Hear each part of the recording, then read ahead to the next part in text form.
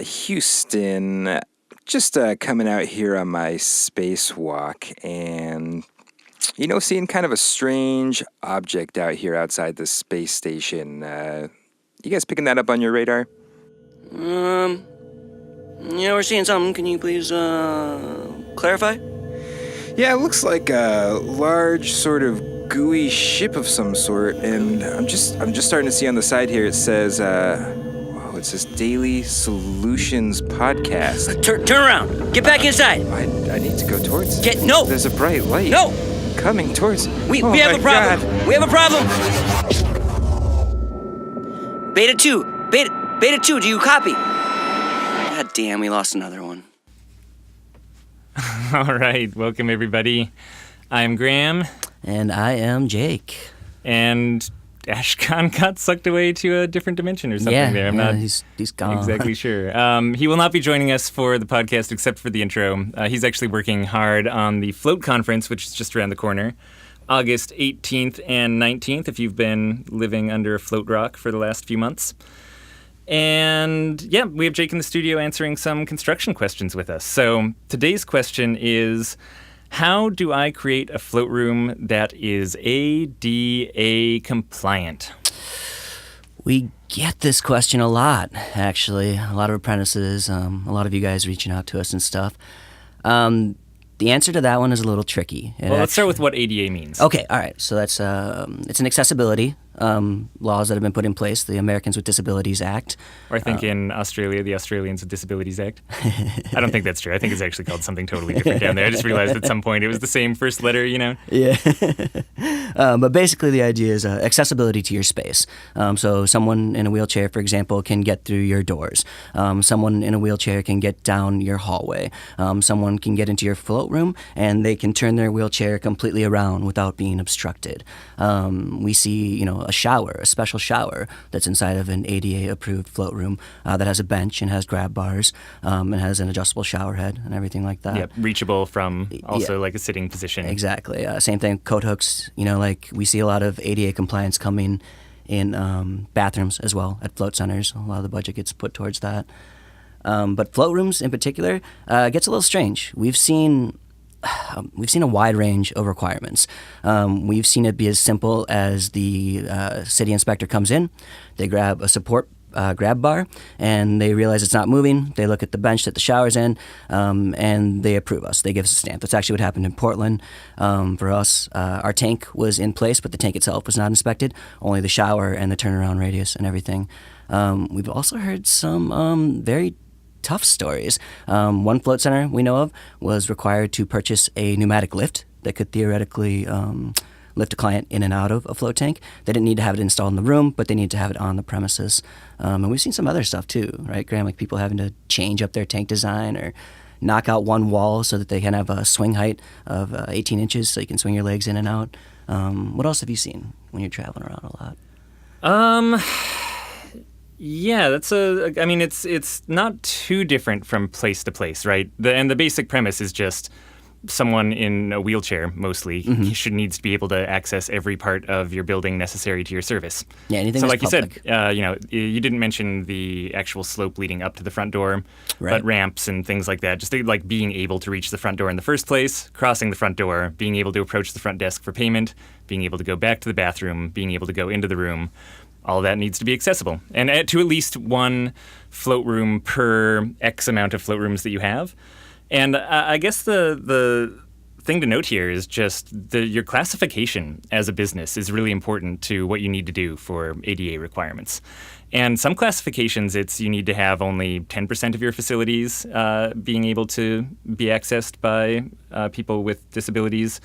Other ones, you need 30 or 50% of the services that you offer. So depending on how you're classified, for a 6-tank center, you might only need one float room to be ADA accessible like we do, or you might need 2, or you might even, in some cases, need 3. So all of it really depends on who you're talking to, how they decide to categorize your business. As we're fond of saying for a lot of things, like even what that person ate for lunch that day sadly has a giant impact on your ultimate budget. So those are the things that I've noticed that can be really confusing and I think especially for some people kind of frustrating when they're going through this process. And where you'll see some differences between like different regulations, a lot of that has to do with the property you're moving into as well. Like if this is a new build out and you're starting from scratch, you're going to have more stringent rules applied to you to make that place completely compliant. If you move into a brownstone in New York and like there's only steps out front, like the city is not going to force you to knock out those steps and put a ramp. Like they're going to provide you with certain variances. They don't want to create an undue burden on business, but they want to make sure that everything is accessible. So. And often it'll be a percentage of your build-out budget has to be dedicated to ADA upgrades, and in a certain order too. So, like if you don't have handicap parking spots, I think that's the first thing that they force you to add in, for example. And I think it actually almost goes from there. I think the accessibility to the front door becomes the next thing you have to add in. So, it's this weird part of running or building out a float tank center is our construction isn't cheap, which actually means our ADA budget in a lot of cases and for a lot of states. It varies state to state, by the way. I think it's anywhere 20% and up for the amount you have to dedicate to an ADA budget of your current budget. Maybe 10% and up, but yeah. Maybe 10%. Yeah, maybe it's just 20% here. Yeah, it is here, but I think it extends to the federal minimum. Yeah, so, but if you're building out a $500,000 float tank center, all of a sudden, even at 10%, $50,000 of that has to be spent on the books as an ADA upgrade. So, which your bathrooms are a great place for that. Yep. Like you're already creating, like there's no reason not to build ADA bathrooms. There's no reason not to allocate that portion of the budget towards that ADA compliance. And actually, these wild guys, they mentioned a parking spot. These wild ones right here, in the middle of the night, went out and painted a handicap parking spot in the parking lot behind our shop, only to find out the next morning that our neighbor had been parking there for 30 years? Yes, like every day for 30 years or something. She just shows, leaves one evening and comes back the next day, and their spot is now a handicap parking spot. That was ridiculous. But it had to be, though. You have to make the spot the closest one to the entrance to the building, which is why she'd been parking there every day for 25 years, because she wanted to walk at least it wasn't us, man. She moved out next year. I think after 25 years in that spot, she was just like, man, these guys suck. I'm never moving next to a float center again. Sick of these whippersnappers. So I guess, as far as the worst case scenario for ADA compliance for a float room specifically, I would say in addition to all this basic stuff, you'll need to have a ledge that people can sit on, swing over their legs, so kind of an open design, almost like an open pool design. And we've seen that. A couple of centers have been forced to do that. They've had to revisit their plans, and knock out basically one wall of a cabin-style tank so that you can swing your leg over. And then the other most extreme thing is just requiring a lift, right? Actually requiring a seat that people can sit in that will throw them over the side of the float tank and lower them gently. Well, swing them. It will very gently throw them over into the float tank. While they're placing them. There's one more note about these ADA things. If you're going to, we recommend against building your own tanks. Obviously, we did that because we're fools. But if you build your own float tanks, you're going to invite quite a bit more scrutiny than if you purchase float tanks from a manufacturer. That is definitely something I've noticed. Yeah, you just don't have the same documentation. Yeah. You don't have the same designs. There's not a ton of certifications you've had to go through or examples of these up and running elsewhere.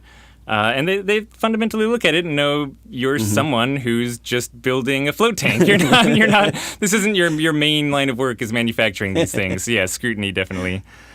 Anything else on ADA compliance you wanted to pass on to our? I don't think so. I mean, I guess in an ideal world, I would have every single float room be ADA compliant. If I had the space at Float On, every one of my rooms would be ADA compliant. I got to admit, I love taking a shower while sitting on the bench. It's nice. So, I mean, don't look at it as a restriction. Look at this as you're creating accessibility to your space. And in the best world, you'd have enough room and enough budget to make all of your rooms completely compliant. So that's one of my last thoughts, I guess, on that. No, it's a great note to end on. And if you have questions of your own, cruise on down to floattanksolutions.com/podcast. It's what all the cool kids are doing. Yeah. And send in your floaty questions our way. We'll answer them. And if you have construction questions, now is a good time to send them over, and we'll try to get them answered in the next couple weeks. It's going to be a great couple weeks. All right. Talk to you soon, everybody.